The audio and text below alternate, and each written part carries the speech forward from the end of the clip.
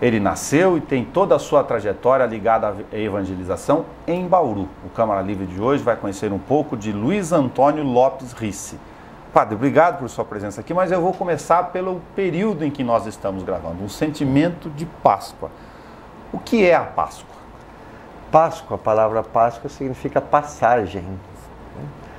Jesus passou da morte para a vida, o povo judeu passou da escravidão para a liberdade, e nós cristãos também, enquanto não vamos fazer assim a Páscoa definitiva, que é o momento da nossa morte para a vida eterna, nós vamos fazendo Páscoas anuais ou diárias, passando de uma situação para uma situação melhor.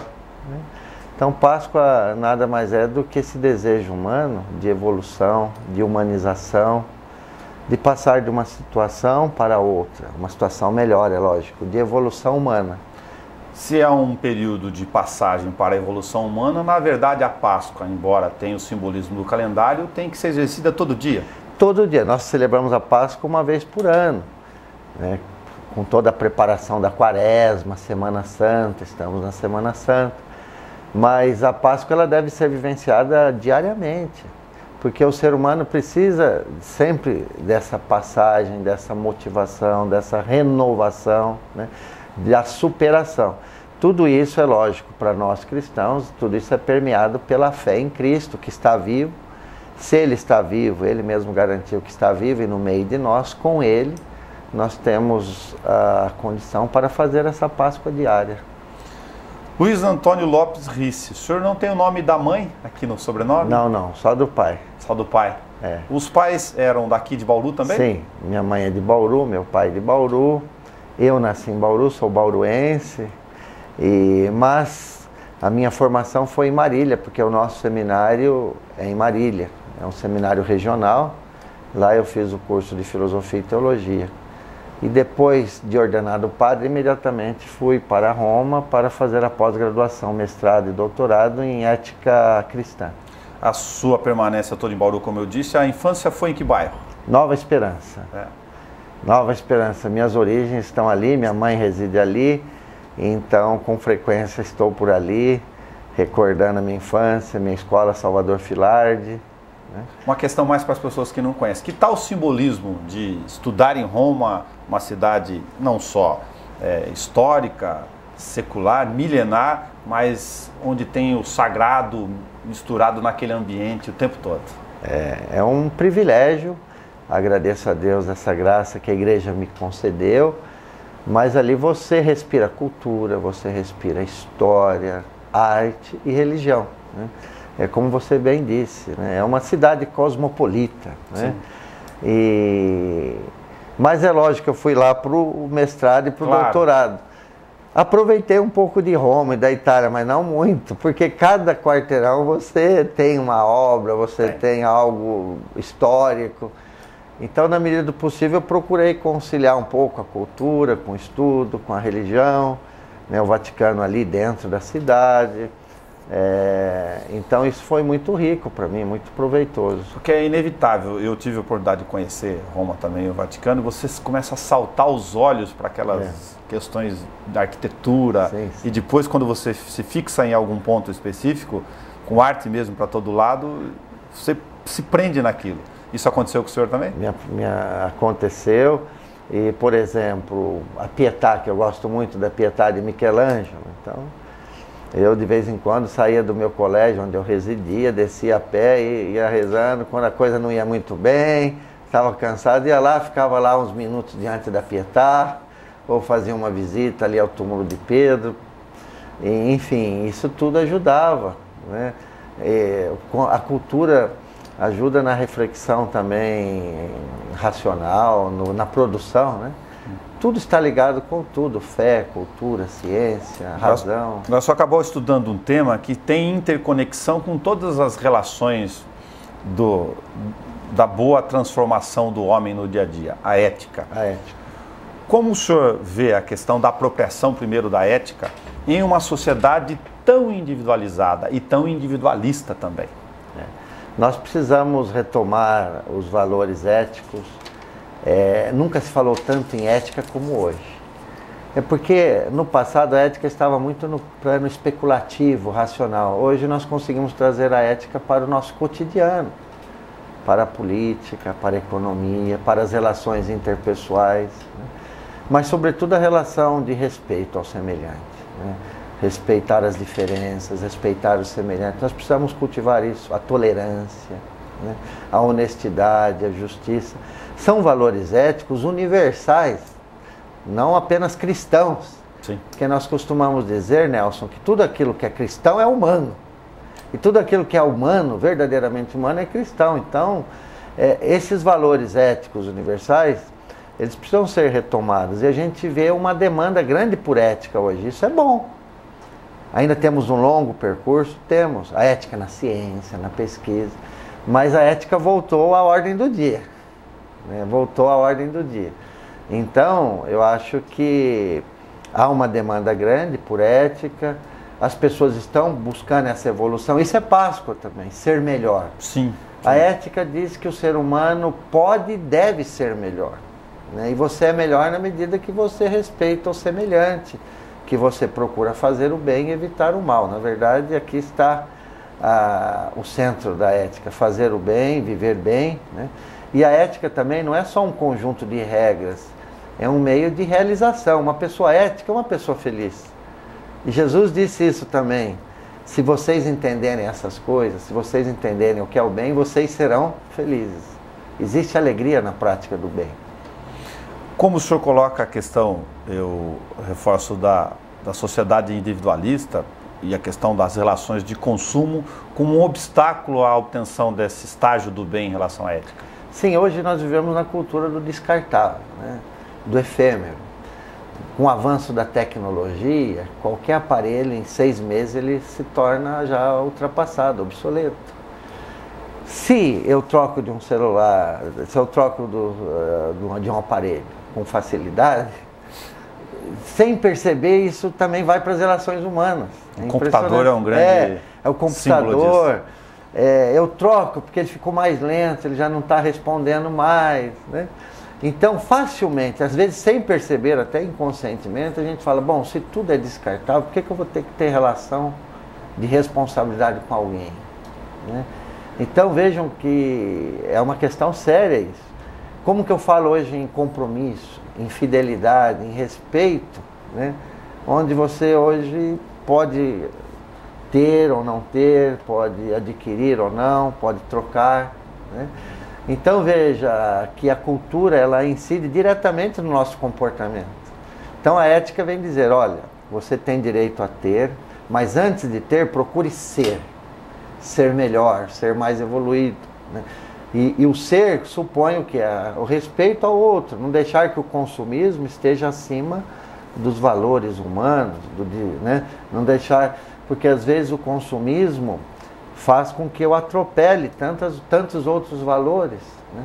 E o consumismo não me preenche. O que me preenche, né, são os valores humanos, o bem que eu faço, né? Então você colocou uma questão interessante, né?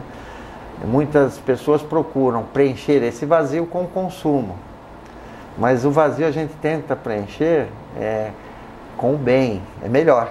Sim. Mas mesmo preenchendo com bem, sempre fica algum vazio, viu, Nelson? O Santo Agostinho já dizia isso. Não adianta, que o ser humano nunca vai ser totalmente pleno. Sim. Nós vamos ser plenos totalmente quando estivermos face a face com Deus. E Santo Agostinho tem uma frase maravilhosa. Fizeste-nos para ti, Senhor. Inquieto estará o nosso coração enquanto não repousar em ti.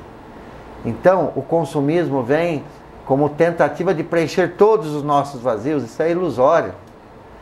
Alguns espaços vão ficar vazios e só podem ser preenchidos por Deus e definitivamente quando estivermos face a face com Ele. Isso é ressurreição, isso é Páscoa. Essa é a nossa fé cristã. A gente deveria estar o tempo todo se patrulhando e entender então que a gente está num terreno de passagem em busca de evolução? Sim, eu defino a vida como caminho de volta para Deus, como peregrinação.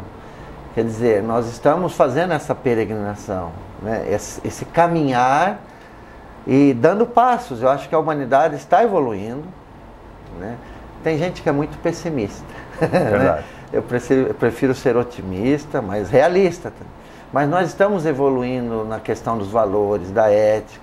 Estamos caminhando, estamos dando passos. Talvez pudéssemos acelerar um pouco, mas também cabe a nós respeitar o ritmo de cada um. Isso é ética também, respeitar o ritmo. Mas nós estamos evoluindo e a vida humana é um caminho de retorno para a casa do Pai, né? É uma peregrinação.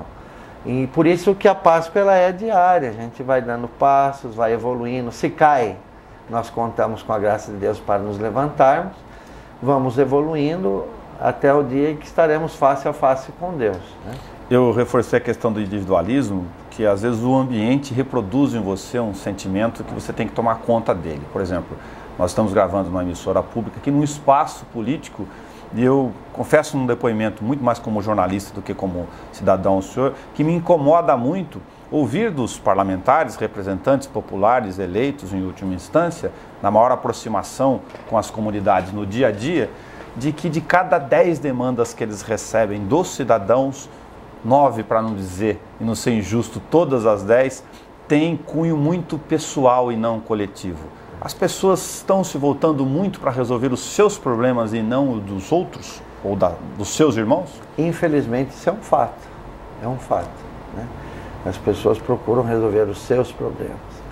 Mas na medida que eu procuro resolver o meu problema, eu deveria ter também essa abertura para o problema do outro, né? Quando eu não considero o problema do outro, aí eu caio no individualismo. O fato de procurar resolver a minha questão, isso é um direito que eu tenho, mas eu não posso resumir a minha vida a isso, ou absolutizar a minha vida às minhas questões, né? Eu acho que nós devemos ter esse olhar mais ampliado para as coisas.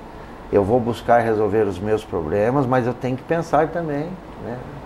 E até foi uma leitura interessante, que é uma leitura bíblica, que falava justamente sobre isso. Quer dizer, a pessoa que estava sofrendo pedia a Deus a sabedoria, a palavra certa para consolar quem estava sofrendo. Quer dizer, a gente podia pensar, bom, mas essa pessoa está sofrendo tanto, ela que tem que buscar consolo, ajuda. Mas a gente encontra também, é lógico, você trouxe uns dados aqui que eu concordo, mas há muitas pessoas que o mundo está desabando sobre elas e que elas pensam muito mais nos outros do que em si mesmas. É que às vezes isso também não aparece, né? É impressionante isso. Sim. E a gente como padre, você deve ter visto, né? Não, o meu problema diante desse é muito pequeno. E você que está de fora, você vê, mas esse problema é imenso, eu não teria a estrutura que você tem. Mas o mundo desabando sobre essa pessoa e ela está ali encontrando maneiras para servir quem está numa situação até não tão grave quanto ela. Sim. Então nós temos esses dois lados. Tem os individualistas, sim, mas temos pessoas generosas, solidárias. Por isso hoje, Nelson, a gente fala muito na ética da alteridade. Quer dizer, a ética como crescimento humano, mas ela está relacionada ao outro, né? E Jesus falou muito bem sobre isso, né? Então o individualismo, ele não combina com o cristianismo, não bate, né? Não bate. Embora a gente tenha essa tendência, todos nós temos, e não dá para negar isso. Então a gente precisa se vigiar, se policiar, né? Repito, buscar resolver as nossas questões, mas sem deixar de olhar para os outros, né? Quando o senhor falou da questão do descartável, inevitavelmente me veio a imagem na frente que deve ser uma temática recorrente também, infelizmente, entre os problemas e conflitos de casais, onde o senhor põe a tolerância e como nossa capacidade de resolver esses conflitos e não deixar que essas nuances dos problemas que acontecem em si no dia a dia se tornem insuperáveis. Eu sigo uma frase de Paulo, São Paulo apóstolo, diz assim: tudo contribui para o bem daqueles que amam a Deus. Em todo relacionamento, em toda empresa, em toda situação, onde tem gente, tem tensões e tem conflitos. Isso é inevitável. Seria romantismo demais acreditar que nós estaríamos imunes ou vacinados, né? E também, para quem tem fé, a mesma coisa. Mas eu tenho tanta fé, o resto, por que eu estou passando por isso, por essa crise matrimonial? Porque você é gente. Porque Né? Eu encontrei uma frase de alguém que me disse essa semana passada, um médico dizendo a uma pessoa de fé que superou uma doença rapidamente. O médico disse assim para ela: olha, a tua fé não te impediu de passar por isso, mas certamente te ajudou a sair mais rapidamente disso. Então, porque alguns pensam, não, a fé é um atestado de que eu estou imune a tudo. Não, né? A fé nos ajuda a enfrentar a situação com outros olhos e a permanecermos em pé e a procurar a superação daquilo. Por isso a frase de Paulo: tudo contribui para o bem daqueles que amam a Deus. Então, você colocou uma questão matrimonial. Numa questão matrimonial, numa crise matrimonial, conjugal, de relacionamento a dois, que isso é perfeitamente comum antes, durante e depois do casamento, né? O casal tem que encontrar, né, na fé e na razão, no diálogo, né, caminhos para a superação daquilo. Porque na cultura do descartável a gente pode pensar assim: bom, na primeira crise então eu deixo, vou partir para outra. Você está entendendo? Se eu posso trocar de computador, por que eu tenho que enfrentar essa crise com essa pessoa? É melhor já mudar, né? Então, desapareceu, Nelson, dois conceitos assim que a gente acha muito interessante: o sacrifício, né, que as pessoas perderam esse conceito aí, do sacrifício, né, e do perdão, né, que a gente precisa retomar isso, né? São dois conceitos que os antigos tinham. Quer dizer, você passa por uma crise, a crise pode ser ocasião de purificação. Aliás, a palavra crise vem de crisol. Crisol é aquele processo pelo qual o ouro tem que passar para se tornar mais brilhante, o fogo. Então, depois da crise, você pode sair muito mais fortalecido. Quantos casais saem mais fortalecidos depois de uma crise? Por isso que tudo contribui, né? Agora, se eu na crise, eu me desespero, eu jogo a toalha, eu perco a chance de enfrentar a crise, de crescer, e depois vou me arrepender, porque eu vou pensar assim: poxa, eu podia ter feito algo mais e não fiz. Então, enfrentar a crise com serenidade, saber que isso faz parte da vida, e cultivar esse espírito de sacrifício e de perdão. Saber perdoar também e compreender o outro como ele é, não como eu gostaria que ele fosse. Entender a questão que não é um ponto filosófico, como falando, emprestando Aristóteles aí, de que você tem a crise, a dialética, a antítese, e você aprende, abre-se novos caminhos para que você parta para um outro princípio melhor do que o estágio anterior, evidentemente. Sem dúvida, como ouro você sai mais brilhante.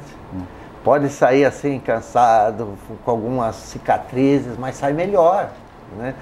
Então, às vezes a crise ou a tensão, ou qualquer conflito, em qualquer ambiente, é ocasião de crescimento. Só que o mundo moderno, diante do avanço da ciência e da técnica, as pessoas fogem da dor. Crise é sinal de dor, e é mesmo. Aliás, não existe vida humana sem dor. Há um filósofo que diz que a vida é dor. Outro que diz a insustentável leveza do ser. Sim. Quer dizer, ou a gente assume que a vida é isso, ou a gente vai sofrer demais, né? Então, veja, diante da dor, da crise, nós vamos buscar rapidamente um analgésico. E a gente perde a chance de crescer, de vivenciar essa dialética. E eu costumo dizer também, Nelson, que a vida não é preta ou branca. Ainda nós somos um pouco maniqueístas, ou bem ou mal. Ou bem ou mal. Né? Preto ou branco. Dicotômicos demais o tempo todo. Né? Maniqueístas. Mas a vida é dialética, pegando a sua fala, a vida é e, não ou. Então, no lugar de falar preto ou branco, preto e branco.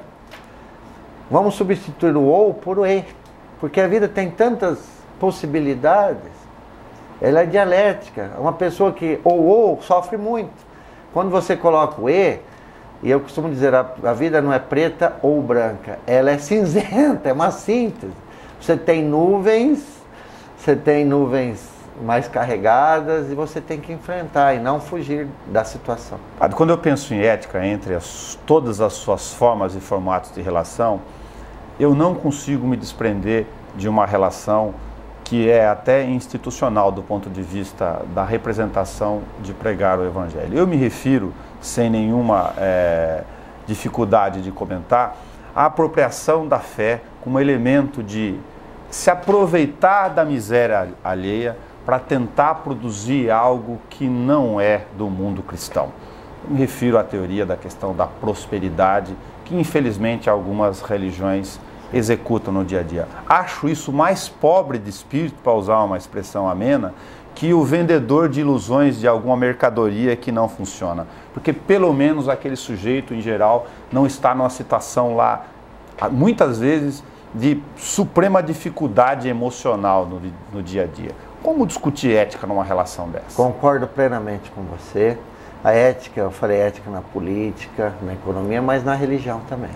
Nós precisamos ter alguns critérios. Eu respeito todas as religiões, todas as denominações, procuro ter assim uma relação ecumênica, interreligiosa. As pessoas me conhecem por esse aspecto também. Mas eu não tolero quando alguém utiliza a religião ou a vulnerabilidade do outro para vantagem própria. Isso não. Você falou que isso é muito triste, eu chamaria isso de diabólico. Né? Se aproveitar da vulnerabilidade emocional, existencial de alguém para vantagem própria e inserindo aí o elemento religioso que é tão forte para nós brasileiros, isso é diabólico. Isso não pode ser aceito. E eu defendo a liberdade religiosa, mas a liberdade religiosa teria que ter alguns critérios também. Não é assim porque é uma religião que eu vou permitir. Sim. Até que ponto isso não está ferindo a dignidade do outro, né? Então, concordo plenamente, isso também me causa muita irritação. Né? Então, a ética, aí vem a ética. A ética tem um papel aí de falar, olha, tem que purificar as religiões. A ética, ela tem esse elemento de purificação. Liberdade religiosa, sim, mas exploração do semelhante ou da vulnerabilidade do outro em nome da fé, em nome de Deus, isso teria que ter até uma intervenção do Estado. Porque o nosso povo é extremamente religioso. Sim.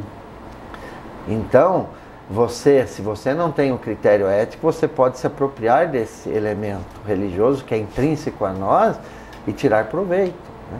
E quando eu falo que o Estado tem que intervir, eu não sei se o Estado pode permitir, em nome da liberdade religiosa, a abertura de qualquer igreja, sem nenhuma preparação, sem nenhum critério, sem nenhum controle. Fala-se tanto em controle do Estado nisso e naquilo, ou no controle da população, não é isso? Controle social. E por que não controle social também nas religiões? Olha aí, foi uma intuição minha agora que você me ajudou a pensar. Não tenha dúvida. Né? E para evitar esses abusos, esses excessos. Concordo com você. Então a gente precisa purificar, saber discernir qual é a religião séria, qual não é. Né? E a gente corre esse risco sim, né? De se apropriar dessa fragilidade humana, né? Por interesse pessoal ou por interesse de uma determinada religião. São Cristóvão, na verdade, nunca dirigiu veículo no período dele, né? Um carro com motorizado do jeito que a gente tem. A gente tem essa simbologia, o senhor é pároco de lá. Então conta pra gente a história das relações de São Cristóvão com o transporte, na verdade. Então, São Cristóvão, segundo a tradição, ele resolveu servir a Deus. Ele estava distante de Deus e resolveu servir a Deus transportando pessoas de uma margem a outra de um rio. Não havia uma ponte ali, né? Não havia veículos na época, e século IV mais ou menos, São Cristóvão, da era cristã. E aí então a maneira que ele encontrou, é que eu já tiro a primeira mensagem, cada um pode encontrar uma maneira de servir a Deus no próximo. Porque alguns falam, vou servir a Deus, vou me trancar na igreja. Não, servir a Deus no próximo. E de preferência no mais necessitado.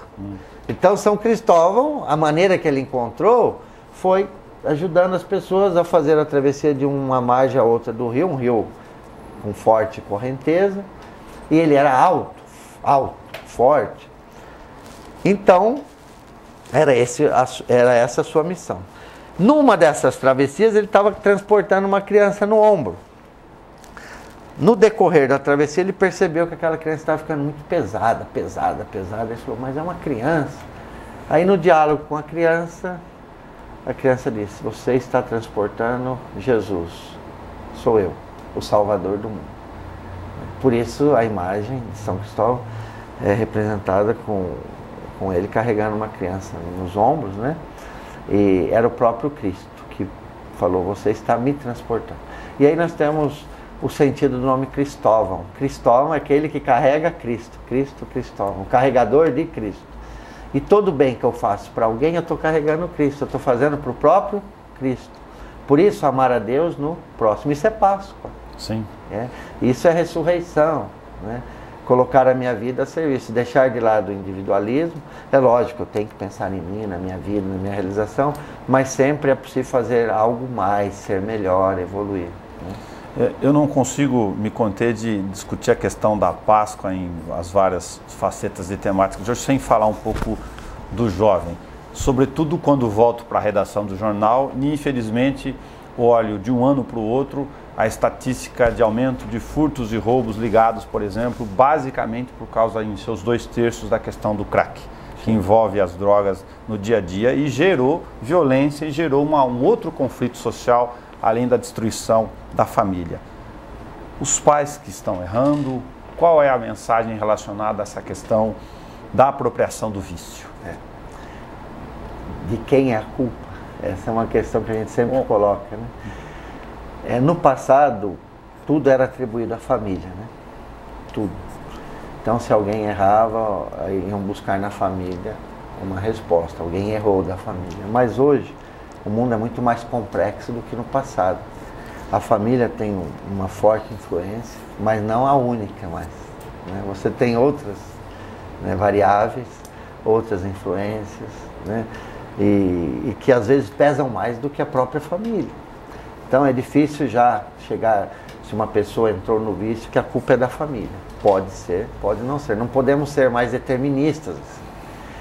Tem a teoria da complexidade, né? Diante da complexidade da questão da dependência química, é difícil atribuir culpa a um pai, a uma mãe, né? Ou à sociedade, ao Estado, né? Enfim, são uma série de fatores. Mas nós estamos com o tema da campanha da fraternidade relacionado à juventude. É um tema que nos preocupa muito, a questão da dependência. A igreja até criou a pastoral da sobriedade. A nossa paróquia celebrou no mês passado os 10 anos de um grupo.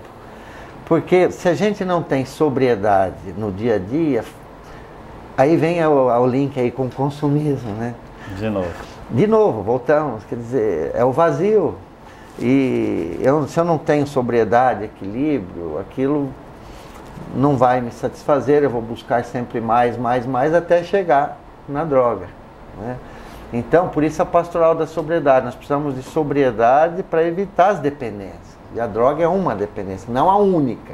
Só que é uma dependência, como você disse, que gera violência, destruição, perda total da dignidade. A gente vê os jovens nessa situação, né?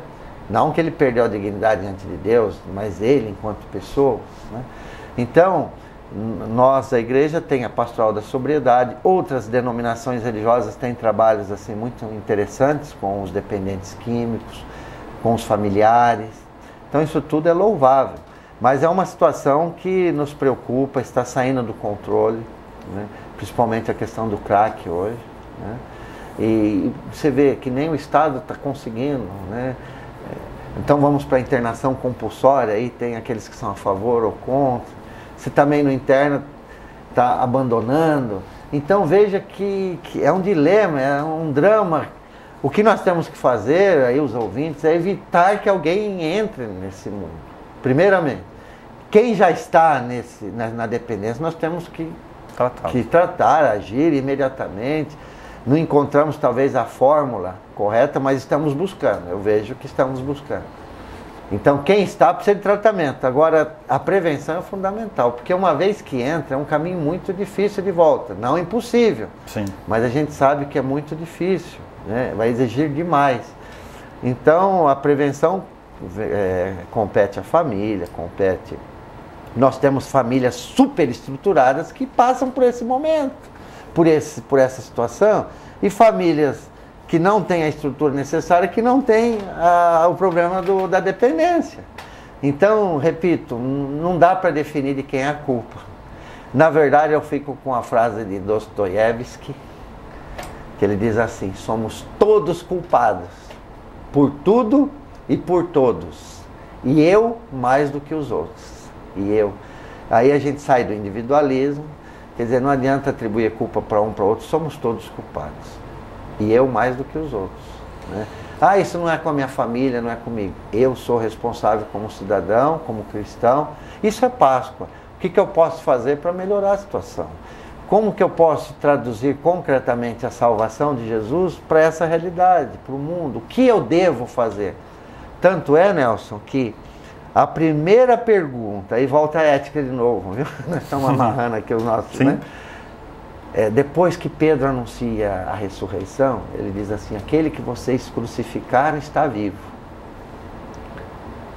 Aí a primeira pergunta que o povo faz, está nos Atos dos Apóstolos: o que devemos fazer? Então veja, isso é ética. Se Cristo está vivo, se eu sou cidadão, se eu tenho compromisso, responsabilidade, o que eu devo fazer? Porque só atribuir a responsabilidade aos outros é fácil, porque é um tal de um jogar para o outro. Então eu fico com a frase de Dostoiévski: somos todos culpados e todos nós temos que fazer algo para melhorar a situação. Durante a eleição do novo Papa, o sentimento que foi colocado do ponto de vista da Igreja era de um sentimento de que alguns temas precisavam gerar a questão, que eu poderia simplificar na questão, uma palavra de enfrentamento ou renovação. Havia esse sentimento arraigado. E me vem um Papa argentino com um simbolismo muito forte preso à questão da primeira temática que me veio à cabeça, da simplicidade, do viver de maneira simples, que está embutido aqui na ética e na Páscoa o tempo todo. Tudo, Aliás, coincidentemente, às vezes a vida nos traz boas surpresas para que a gente se aproprie dessas temáticas de olhar para frente. É muito mais do que um simbolismo, na visão do senhor, essa questão que é pessoal do Papa Francisco, da simplicidade em relação a esse momento da vida moderna, não da igreja, mas de toda a humanidade? É mais que um simbolismo, é um testemunho, é algo natural dele, né? São Francisco, no momento mais crítico da igreja, Deus suscitou São Francisco, né? Com todo o seu carisma. E a gente sabe que São Francisco é uma figura aceita no mundo todo e por todas as religiões, é impressionante. Em Assis se respira paz, simplicidade, humildade, pobreza. Então, ao adotar esse nome, na verdade é a identidade dele. Não é uma coisa forçada, é um testemunho e que vai ajudar muito na sua missão. Agora, esse é o carisma dele. Mas além do carisma, ele vai, como você colocou a questão, é um carisma, é um testemunho para esse mundo consumista, né? De simplificar as coisas, uma vida mais leve. Na verdade, eu uso a expressão de Anselmo Green para definir Quaresma. Ele fala que Quaresma é um tempo de faxina interior, né? Então nós precisamos simplificar um pouco mais a nossa vida, tirar aquilo que está pesando demais, né? Fazer uma faxina interior, e não é fácil, para chegar à Páscoa mais leve, renovado, né? Então a igreja também precisa dessa faxina interior. Acho que o Papa vai simplificar as coisas. O nosso bispo Dom Caetano até disse: o Papa vai simplificar as coisas. Que bom, né? Porém, isso é o carisma dele.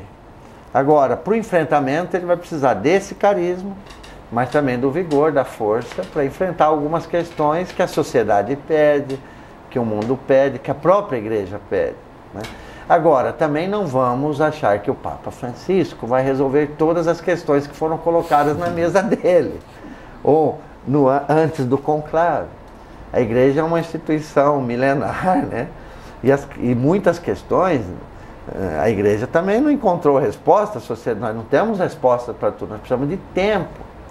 Nenhuma instituição muda da noite para o dia. Sim. Estou falando de instituição humana. Você muda o gerente, ele não vai mudar todo mundo. Seria irresponsável. E a instituição igreja, guiada pelo Espírito, ela precisa de tempo para maturar. Esse Papa vai precisar de tempo para discernir. Ele foi eleito Papa agora, para saber o que ele vai fazer, quem ele vai colocar, quem ele vai substituir, quais os temas que ele vai priorizar. Então, nós precisamos ter muita paciência, ficar com o carisma dele, que isso já é muito, ele já está fazendo muito. Agora, na questão do enfrentamento de de alguns temas delicados, nós precisamos dar um tempo para o Papa, né, se situar um pouco e certamente ele vai enfrentar. Mas já digo, assim, como padre, que nenhum Papa vai resolver todas as questões da igreja, porque o mundo é complexo, e você resolve uma, surge outra, né? Sim. Então, mas eu estou muito confiante, eu acho que esse Papa já conquistou a simpatia do povo, de todos, né? E já é o primeiro passo que ele deu. Agora o resto, devagarinho, gradativamente. A gente usa uma expressão, Nelson, a lei da gradualidade. Acho que a gente tem que ser assim, né? Dar passos e passos constantes. Eu não acredito em nenhuma assim, mudança radical, extrema, porque ela não nasce da base, ela pode ser precipitada. Padre, quando você não é o sacerdote, não é o professor de ética, não está conversando com o Espírito Santo, se é que é possível a gente desfazer essa relação no dia a dia. Estou querendo fazer essa introdução toda para perguntar, o padre gosta de fazer o quê? Tem música na história, tem fora da leitura que não seja bíblica, eu estou tentando pegar o cidadão aí. Eu, assim, de fato, né, o ser humano é uma totalidade, né? E você colocou bem a questão, não dá para separar, né? E a sua questão também diz respeito a mim, mas a todos. A gente precisa equilibrar bem o nosso tempo, com trabalho, com lazer, com descanso, com espiritualidade, né? Tem tempo para tudo, né? É que às vezes a gente absolutiza demais o trabalho, ou o lazer, ou a fé. Tem que equilibrar tudo isso, senão a coisa não vai bem, né? Integrar todas essas dimensões da vida. E você me fez uma pergunta mais pessoal. Então, além do exercício do sacerdócio, do magistério, enfim, né? É lógico, eu tenho que descansar um pouco mais, né? O que eu não estou fazendo, teria que caminhar um pouco mais para cuidar um pouco mais do peso, né? Não estou conseguindo, né? Mas eu gosto muito de cinema, né? Música clássica, literatura não apenas, eu costumo dizer, não apenas cristã, mas existencial. Mas aproveitar para sugerir, o senhor ainda não o fez assistir, que é o musical Os Miseráveis. Sim, recomendo. O senhor assistiu? E olha, Nelson, eu quase, na missa de quarta-feira de cinzas, eu fui assistir na véspera, no dia de carnaval. Tinha certeza que o senhor tivesse assistido. E aí eu já tinha assistido a outra, né? A outra versão, né? Não musical. É um clássico esse filme. E aí eu tive a tentação de, na missa de quarta-feira de cinzas, quase falar, olha, recomendo até como penitência assistir o filme Os Miseráveis. Eu acharia uma penitência muito maior do que, por exemplo, não comer carne. Sim. Viver o perdão ali é fantástico, né? Assim, penitência não ver o filme, mas a prática do filme. Assimilar, né? Aquilo que está lá. Aquilo, pelo amor de Deus, nós precisamos de uma vida toda para aquilo. Então, gosto muito de cinema, justamente desse tema de drama relacionado à vida, à existência, literatura. Sou São Paulino, né? Também. Futebol, não assisto muito para não passar nervoso às vezes, né? Mas a gente procura integrar, sim, a dimensão do lazer, do descanso, né? Nós, padres, também, de vez em quando, temos alguns momentos de convivência. Por exemplo, depois da Páscoa, dessa maratona, a gente geralmente sai em um grupo aí para descansar um pouco, para conviver um pouco com os colegas, as famílias, amizades, enfim. A gente procura equilibrar tudo isso, mesmo sendo sacerdote, mas levando uma vida normal como todos os outros. Eu costumo dizer que o cristão não é diferente. Ele tem que agir de modo diferente, né? Eu até não gosto muito de adjetivos, assim. Carnaval de Cristo. Carnaval é carnaval. Né? Você, como cristão, você vai em qualquer baile. E se comporte como tal. Ou bar de Jesus. Não precisa ter um bar de Jesus. O bar é um bar normal. E se comporte como tal. Né? Enfim, nós não somos diferentes. Então, quando a gente começa a adjetivar muito, eu particularmente sou muito resistente a isso. Eu acho que nós estamos no mundo e Jesus fala, você é sal e luz no mundo. Não temos que criar um espaço, uma roupa diferente, um ambiente para nós. Isso passou já, o Vaticano II, a igreja, se abriu muito a isso. Então nós não somos diferentes, nós devemos nos comportar de maneira diferente ou de maneira ética, dentro dos nossos limites, porque ninguém é perfeito, nem o padre, ninguém. A igreja é santa e pecadora, todos nós temos nossos limites, mas na medida do possível a gente procura se comportar da melhor maneira possível, né? No trânsito, né? Que hoje é um problema aqui em Bauru, né? Tá todo mundo estressado, como é que eu me comporto no trânsito? Aí vem a lei seca, a questão da bebida, enfim. Eu acho que a fé é o diferencial. Não que eu seja melhor que o outro, mas ela tem que dar um diferencial para a minha vida. Quando você visita uma empresa cujo gestor é uma pessoa de fé, você vê um diferencial. Sim, sim. Você já nota?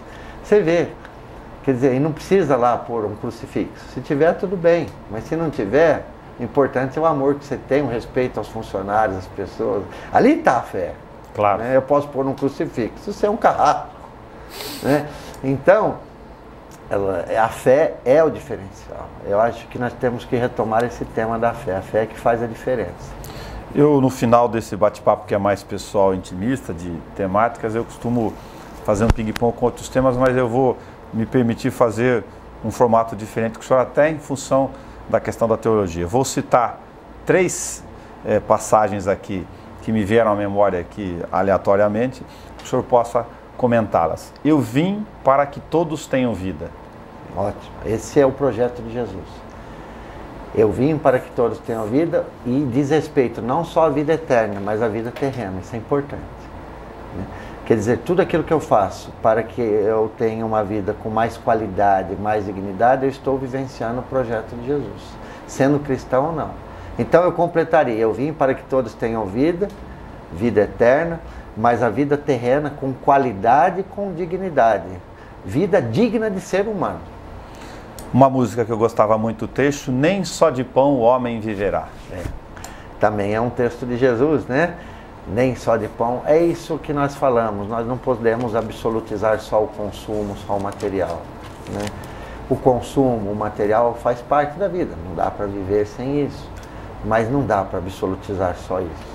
Além disso, existe Deus, existem outros valores que a gente precisa retomar. É o equilíbrio, a sobriedade. Busque sim uma qualidade de vida melhor para você, mas não absolutize o dinheiro, o consumo, em detrimento à sua fé, ao espiritual, às relações humanas, ao respeito, né? Ao seu compromisso com o outro. Senhor, fazei-me instrumento de vossa paz. Nós estamos vivendo a cultura da paz. Você colocou a questão da violência, né? Mas a violência em todos os campos, né? Doméstico, na mulher, passional, eu vi recentemente, tem aumentado isso, né? Como a gente perde o controle e a gente precisa retomar o conceito de paz, né? E Jesus é a verdadeira paz, essa paz interior também, né? Não só a paz entre os povos, e quando a gente fala em paz, a gente pensa também na paz entre as nações, principalmente, mas e a paz interior, a paz, eu estou em paz comigo mesmo, eu estou integrado, né? Aquilo que a gente falou, integrar as várias dimensões da vida, né? E a paz é fruto da justiça também, né? Não adianta a gente rezar pela paz ou lutar pela paz se a gente não luta pela justiça, por um mundo melhor, que é resultado, né? A paz é resultado de uma sociedade um pouco melhor.